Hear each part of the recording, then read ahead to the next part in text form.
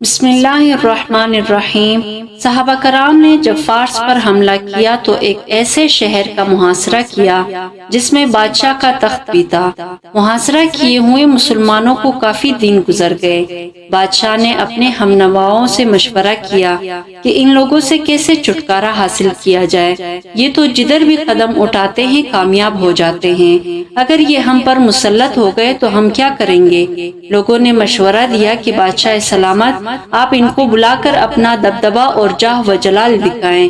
یہ بھوکے ننگے لوگ ہیں، یہ ہمارے مال و دولت سے ڈر جائیں گے۔ اس نے کہا بہت اچھا۔ چنانچہ اس نے پیغام بھجوایا کہ صلح کے لیے کوئی بندہ بھیجو جو مذاکرات کرے۔ صحابہ کرام نے ایک صحابی کو اس کی طرف روانہ کیا۔ یہ ایسے صحابی تھے جن کا کرتا پٹا ہوا تھا اور ببول کی کانٹوں سے سلا ہوا تھا۔ ان کے بیٹھنے کے لیے گھوڑے پر زین نہیں تھی بلکہ ننگی پیٹھ پر بیٹھ کر آئے اور ہاتھ میں صرف نیزہ تھا۔ وہاں جا کر بادشاہ کی تخت پر بیٹھ گئے۔ بادشاہ کو بڑا غصہ آیا، کہنے لگا تمہیں کوئی لحاظ نہیں کہ تم کس کے پاس آئے ہو، نہ کوئی آداب کا خیال ہے، نہ طریقہ نہ سلیقہ۔ فرمایا کہ ہمارے محبوب صلی اللہ علیہ وسلم نے ہمیں بادشاہوں کے دربار میں اسی شان سے آنے کا طریقہ سکھایا ہے۔ یہ سن کر اسے بڑا غصہ آیا، کہنے لگا تم کیا چاہتے ہو؟ فرمایا اسلم تسلم، اسلام قبول کر لے سلامتی پا جا۔ کہنے لگا نہیں قبول کرتا۔ فرمایا اگر نہیں قبول کرتا تو پھر حکومت ہماری ہوگی اور تمہیں رہنے کی پوری آزادی ہوگی۔ اس نے کہا یہ کیسے ہو سکتا ہے کہ ہم اپنی حکومت ایسے بھوکے ننگے غریب لوگوں کے حوالے کر دیں۔ صحابی فرمانے لگے اچھا یہ یاد رکھنا، اگر یہ بات نہ مانی تو ہم تمہارے ساتھ جنگ کریں گے، تلوار ہمارا اور تمہارا فیصلہ کرے گی اور تمہاری بیٹیاں ہمارے بستر بنایا کرے گی۔ بڑے دربار میں تلواروں کے سائے میں بادشاہ کو اس طرح بے خوف ہو کر ایک بات کہہ دی۔ درباریوں کے سامنے یہ بات سن کر بادشاہ کا پسینہ چھوٹ گیا، اس کی بڑی سختی ہوئی۔ کہنے لگا اچھا تمہاری یہ زنگ بری تلواریں ہیں، تم ان کے ساتھ ہمارا کیا مقابلہ کرو گے؟ آپ تڑپ کر بولے اے بادشاہ تم نے ہماری زنگ بری تلواروں کو تو دیکھا ہے لیکن تلواروں کے پیچھے والے ہاتھوں کو نہیں دیکھا، تمہیں پتہ چل جائے گا کہ کن ہاتھوں میں یہ تلواریں ہیں۔ انہوں نے اللہ اکبر کا نعرہ لگایا، اللہ رب العزت نے ان کو کامیابی سے ہمکنار کر دیا۔ جی ہاں، جو غیر اللہ سے نہیں ڈرتے اللہ تعالیٰ ان کی گفتار میں یوں تاثیر پیدا فرما دیتے ہیں۔ ایک مرتبہ حضرت سری سختی رحمت اللہ علیہ جا رہے تھے، دوپہر کا وقت تھا، انہیں نیند آئی۔ وہ کیلولہ کی نیت سے ایک درخت کے نیچے سو گئے۔ کچھ دیر لیٹنے کے بعد جب ان کی آنکھ کھلی تو انہیں ایک آواز سنائی دی۔ انہوں نے غور کیا تو پتہ چلا کہ اس درخت میں سے آواز آ رہی تھی جس کے نیچے یہ لیٹے ہوئے تھے۔ جی ہاں، جب اللہ تعالیٰ چاہتے ہیں تو ایسے واقعات رونما کر دیتے ہیں۔ درخت انہیں کہہ رہا تھا یا سری کن مثلی، اے سری تو میرا جیسا ہو جا۔ وہ یہ آواز سن کر بڑے حیران ہوئے۔ جب پتہ چلا کہ یہ آواز درخت سے آ رہی ہے تو آپ نے اس درخت سے پوچھا کیف اکون مثلک، اے درخت میں تیرے جیسا کیسے بن سکتا ہوں؟ درخت نے جواب دیا ان الذین یرموننی بالاحجار فارمیہم بالاسمار، اے سری جو لوگ مجھ پر پتھر پھینکتے ہیں میں ان لوگوں کی طرف اپنے پل لوٹاتا ہوں، اس لیے تو بھی میرے جیسا بن جا۔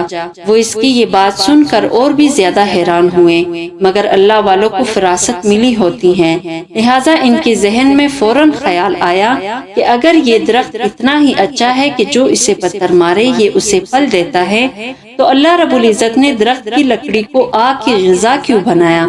لہٰذا انہوں نے پوچھا کہ اے درخت اگر تو اتنا ہی اچھا ہے تو فکیف مسیرک الی النار، یہ بتا کہ اللہ نے تجھے آگ کی غذا کیوں بنا دیا؟ اس پر درخت نے جواب دیا اے سری میرے اندر خوبی بھی بہت بڑی ہے مگر اس کے ساتھ ہی ایک خامی بھی بہت بڑی ہے، اس خامی نے میری اتنی بڑی خوبی پر پانی پھیر دیا۔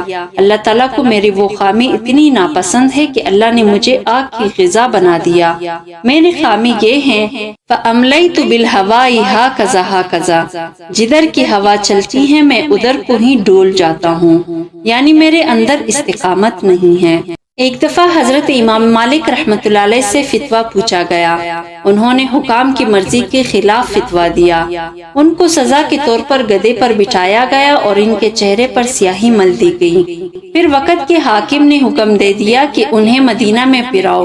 لہٰذا مدینہ منورہ کی امام اور فقیہ کے چہرے کو سیاہ کر دیا گیا اور گدھے پر بٹھا کر پھرایا گیا۔ اب حضرت امام مالک رحمۃ اللہ علیہ کی جرأت دیکھیے، فرمانے لگے، لوگوں، تم میں سے جو پہچانتا ہے کہ میں امام مالک ہوں وہ تو پہچانتا ہے، اور جو نہیں پہچانتا وہ یہ بھی سن لے، میں اس کا بیٹا مالک ہوں۔ وَلَا يَخَافُونَ لَوْمَةَ لَائِمٍ۔ دین کے معاملے میں انہوں نے ملامت کرنے والے کی ملامت کی کوئی پرواہ نہیں کی۔ حضرت شیخ الہند رحمۃ اللہ علیہ کو دین کے لیے بڑی قربانیاں دینی پڑی۔ ان کے حالات زندگی میں لکھا ہے کہ جب ان کی وفات حکیم محمد اجمل کی کوٹھی پر ہوئی، غسل دینے والے نے دیکھا کہ ان کے پیٹھ پر زخموں کے بڑے بڑے نشان ہیں۔ اس نے رشتہ داروں سے پوچھا، انہوں نے گھر والوں سے پوچھا، لیکن کسی کو کچھ معلوم نہ تھا۔ اہل خانہ سے بھی اس بات کو چھپائے رکھا۔ آخر یہ کیا معاملہ ہے؟ حضرت مولانا حسین احمد مدنی رحمۃ اللہ علیہ اس وقت کلکتہ گئے ہوئے تھے۔ ان کو شیخ الہند کی وفات کا پتہ چلا تو وہاں سے جنازہ میں شرکت کے لیے آئے۔ ان سے کسی نے پوچھا کہ آپ بتائیں کہ یہ کیا معاملہ ہے؟ حضرت مدنی رحمۃ اللہ علیہ کی آنکھوں میں آنسو آ گئے، فرمانے لگے، یہ ایک راز تھا اور حضرت نے منع فرما دیا تھا کہ میری زندگی میں تم کسی کو نہیں بتانا، اس لیے یہ امانت تھی اور میں بتا نہیں سکتا تھا۔ اب تو حضرت وفات پا گئے ہیں، لہٰذا اب تو میں بتا سکتا ہوں۔ وہ فرمانے لگے کہ جب ہم مالٹا میں قید تھے، اس وقت حضرت کو اتنی سزا دی جاتی کہ جسم پر زخم ہو جاتے تھے، اور کئی مرتبہ ایسا ہوتا تھا کہ فرنگی انگارے بجھا دیتے اور حضرت کو اوپر لٹا دیتے تھے۔ جیل کے حکام کہتے کہ محمود، صرف اتنا کہہ دو کہ میں فرنگیوں کے خلاف نہیں ہوں، آپ کو ہم اتنا کہنے پر چھوڑ دیں گے، مگر حضرت فرماتے کہ نہیں، میں یہ الفاظ نہیں کہہ سکتا۔ وہ ان کو بہت زیادہ تکلیف دیتے تھے۔ حضرت جب اپنی جگہ پر رات کو سونے کے لیے آتے تو سو بھی نہیں سکتے تھے، نیند نہ آنے کی وجہ سے بھی تکلیف اور ادھر سے بھی اذیتیں۔ ہم لوگ حضرت کے حالات دیکھ کر پریشان ہو جاتے۔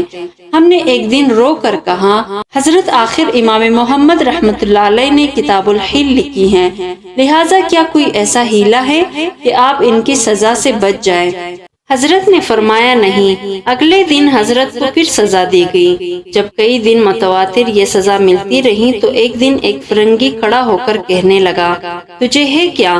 تو یہ کیوں نہیں کہنا چاہتا کہ میں فرنگیوں کی مخالف نہیں ہوں؟ اس وقت حضرت نے فرمایا کہ میں اس لیے نہیں کہنا چاہتا کہ میں اللہ کی دفتر سے نام کٹوا کر تمہاری دفتر میں نام نہیں لکھوانا چاہتا۔ حضرت مدنی رحمۃ اللہ علیہ فرماتے ہیں کہ ایک دفعہ حضرت آئے تو ہم نے دیکھا کہ آپ کو اذیتناک سزا دی گئی ہے۔ ہم حضرت کے ساتھ 3-4 شاگرد تھے۔ ہم نے مل کر عرض کیا، حضرت کچھ مہربانی فرمائے۔ اب جب حضرت نے دیکھا کہ مل کر بات کی تو ان کے چہرے پر غصے کے آثار ظاہر ہوئے۔ فرمانے لگے، حسین احمد، تم مجھے کیا سمجھتے ہو؟ میں روحانی بیٹا ہوں حضرت بلال کا، میں روحانی بیٹا ہوں حضرت خبیب کا، میں روحانی بیٹا ہوں حضرت سمیہ کا، میں روحانی بیٹا ہوں امام احمد بن حنبل کا، جن کو اتنے کوڑے مارے گئے کہ اگر ہاتھی کو بھی مارے جاتے تو وہ بھی بلبلا اٹھتا۔ میں روحانی بیٹا ہوں شاہ ولی اللہ محدث دہلوی رحمۃ اللہ علیہ کا، جن کے ہاتھوں کو کلائیوں کے قریب سے توڑ کر بیکار بنا دیا گیا تھا۔ حسین احمد، کیا میں ان فرنگیوں کے سامنے شکست تسلیم کر لوں؟ نہیں، یہ میرے جسم سے جان تو نکال سکتی ہیں مگر دل سے ایمان نہیں نکال سکتا۔ سبحان اللہ، جب ایسی استقامت ہوتی ہے تو پھر اللہ تعالیٰ فیض بھی جاری فرما دیتے ہیں۔